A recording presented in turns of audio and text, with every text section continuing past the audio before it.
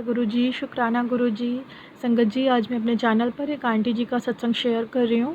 उन्होंने मेरे साथ शेयर किया था, पर बैकग्राउंड नॉइज़ ज़्यादा होने के कारण मैं अपनी आवाज़ में रिकॉर्ड कर रही हूँ। तो संगत जी, उनके अनुसार गुरु पाक के उन्हें मैसेजेस मिले थे कि धनतेरस के दिन कुछ सोने या चांदी की ख़रीदारी करना। तो उन्होंने अपने घर में एक चांदी का सिक्का और सोने की लौंग लाई और उन्होंने बताया कि गुरु पाक की उनके ऊपर बड़ी कृपा है। गुरु पाक उनको हर छोटे बड़े मैसेजेस देते रहते हैं। गुरु पाक ने उनसे कहा सोमवार के दिन की जाकर मंदिर में सुबह सुबह ही पूजा करो, तो वो थोड़ा शायद कुछ काम में बिज़ी थी, लेकिन उन्होंने कहा जब मुझे भर भर के मैसेजेस आने लग गए तो मैं नहा धोकर मंदिर गई और पूजा करके आई, क्योंकि गुरु पाक सोमवार के व्रत करवा रहे हैं उनको। तो लेकिन थोड़ी ही देर बाद उनका मेंस्ट्रुएशन पीरियड स्टार्ट हो गया। तो देखिए संगत जी, गुरु पाक किस तरह से बताते हैं कि जो काम समय पे करना है वो उसी समय कर लो। और उसके बाद उन्होंने कहा कि मेरे बच्चों के भी कष्ट वो अपने ऊपर ले रहे हैं। उनकी थोड़ी तबीयत ख़राब थी, तो गुरु पाक ने कहा कि मैंने उसका बड़ा कष्ट छोटे में काटा है और उनके भाई के ऊपर भी बड़ी कृपा है भगवान जी की, गुरु पाक की। और साथ में उन्होंने कहा कि मेरे अंकल जी भी अब शायद मुझसे बात करना चाहते हैं, तो वो जो भगवान जी या गुरु पाक चाहेंगे वो होगा। तो उन्होंने अभी सब गुरु पाक के ऊपर छोड़ दिया है। और इसके अलावा कहती हैं कि गुरु पाक ने मुझे 11 दिन लगातार घी के दीपक जलाने को कहा है, तो मैं वो भी जला रही हूँ अपने मुख्य द्वार पे, तुलसा जी पर और कमरे के अंदर वाले गेट पर। इस तरह से मिला के कुल 11 दीपक, और साथ में तेल के दीपक जलाने को उन्होंने कहा था। धनतेरस से पहले 2 दिए, अगले दिन 3 दिए नरक चौदस पर, और फिर दीपावली वाले दिन तेल के 5 दीपक। तो इस तरह से उन्होंने गुरु पाक की आज्ञा का पालन किया है। और संगत जी, जो उन्होंने बताया था सत्संग में, मैंने उनके अनुसार शेयर कर दिया है।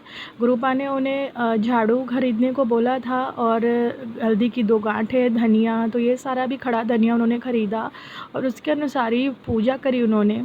तो गुरु पाक का अनंतम शुक्राना कि उन्होंने उनके परिवार पर अपनी कृपा बनाई हुई है।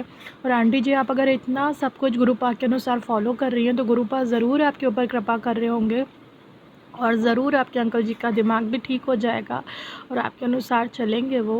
अनंतम शुक्राना गुरु पाक मुझसे ये सत्संग कहलवाने के लिए। इसके अलावा संगत जी, उन आंटी जी ने मुझे ये भी बताया है कि नीम करौली बाबा के और साईं बाबा के भी उनको काफ़ी मैसेजेस मिल रहे हैं, तो उनकी भी कृपा उनके ऊपर बनी हुई है। तो अनंतम शुक्राना गुरु पाक, आप सभी भगवान के हमें आशीर्वाद देते हैं एक साथ। संगत जी, हमें धैर्य नहीं खोना रहता है, धैर्य रखिए। गुरु पाक कहते हैं कि समय के अनुसार मैं सब कुछ दूंगा, बस थोड़ा समय अनुकूल आने दीजिए। तो उस समय पर आपको अपना सब्र बनाए रखना है, धैर्य बनाए रखना है और गुरु पाक के जो भी मैसेजेस हमें मिलते हैं उनके अनुसार चलना है। देखिएगा, ये कठिन समय भी कट जाएगा। और सबसे बड़ी बात कि जो भी संगत जी इस समय ब्लैक मैजिक वगैरह से डर रहे हैं, तो गुरु पाक का मंत्र जाप करते रहिए। यदि आपको वो लंबा लगे तो कोई भी एक शब्द किसी भी भगवान के नाम का ले लीजिए और उसको अमृत वेला में याद रखिए, सिर्फ अमृत वेला में नाम जपिए।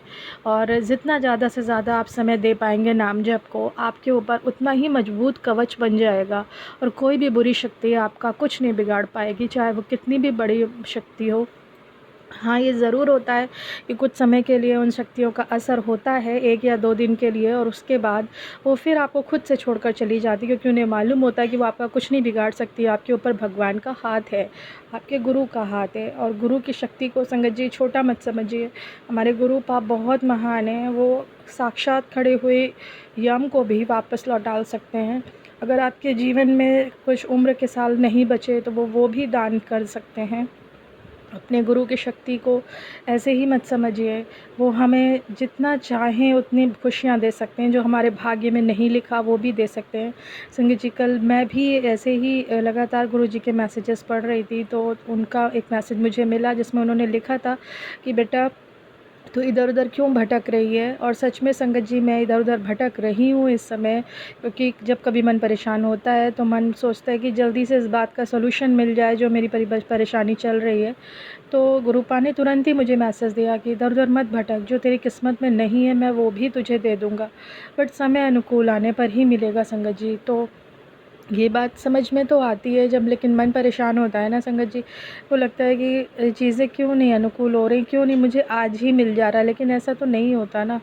ये तो एक बचपने वाली हर बात है कि मैं आज ही चाहती हूँ उस चीज़ को, हथेली पर सोना नहीं उगता है। तो समय लगता है चीज़ें ठीक होने में।